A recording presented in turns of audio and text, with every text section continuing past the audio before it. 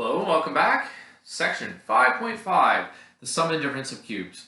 So we're going to get two more patterns here, and I have them written on the board, so we'll look at them. And these are going to be the end of our factoring. Section 6 will be more factoring, but really just a review. So this is it for our factoring. So we have two patterns here. These are what happen when you have two things added together, that are both raised to the third power, and we can see their pattern here. And what happens when you have two things raised to the third power with subtraction in between. So they are slightly different patterns. They are in your book, so feel free to look there, but I have them on the board, so we'll work with these here. All right, so my first example up there on the top right corner of the board, x cubed plus 27.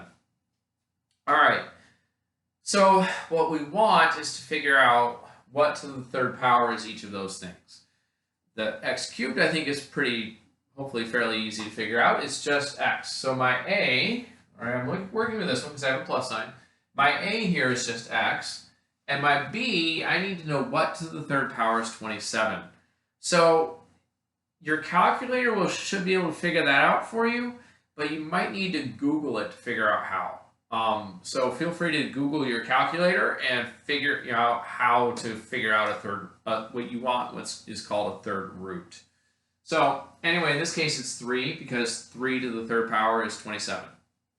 So once I know A and B, I just take this whole big ugly mess of a pattern and I just fill in the A's and the B's. And so that's what I've done here on this line.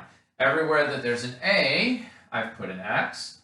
And everywhere that there is a B, I put a 3. Okay? And I wrote it out like this here first so we could see where I put in all those A's and B's. But I am going to clean it up just a little bit. I can't do anything with x plus 3, so it just stays the way it is.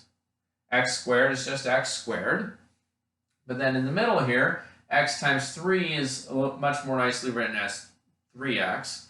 And 3 squared is, of course, 9. And that's it. That one's done. Okay, so we'll do a couple more examples, but there's a good example for that first one. So let's get another example ready. Okay, so here we have another example. I got a little squished over there, so try and read what I wrote. Again, the tip off here is we do have two third powers, well, anytime you have a third power, it's certainly worth looking to see if you have this. We have two of them here because we have both y and x, which is fun. It looks like we're working with the second pattern, and if I'm going to give you a second. Why the second one, not the first one? Because it's a minus sign. Okay, that's the only reason. That's the only thing that differentiates the two. So I go and I say, okay, what's to the third power is 8? It turns out to be 2. So my a here is 2y because I need that whole thing to get ay cubed, 8y cubed. And for b, it's going to be 5x. 5 to the third power is 125. So again, once I know what a and b are, I'm going to go and I'm going to fill in everything in this pattern. Now, it's going to get a little bit messy on this one, so just bear with me here. So we have a minus b, 2y minus 5x. But then in the parentheses here, it's a squared plus a times b plus b squared. So again, I filled in all the a's and b's. We have 2y to the second, 5x to the second here at the end, and both of them multiplied in the middle. When we clean that up, the first set of parentheses stays exactly the way that it is, but be careful here in the second one. The one big thing people sometimes forget is to square the 2 to give us the 4y squared, and then to square the 5 to give us 25x squared at the end. And then in the middle, of course, 2 times 5 is 10. And that's really all that there is to this.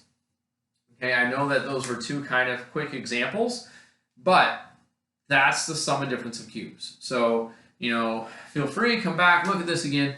And as always, look out for greatest common factors. Okay? We've talked about that a few times. Always look for a greatest common factor because if you have one, get it out of the way before you do anything else. It's always worth doing. So, good luck.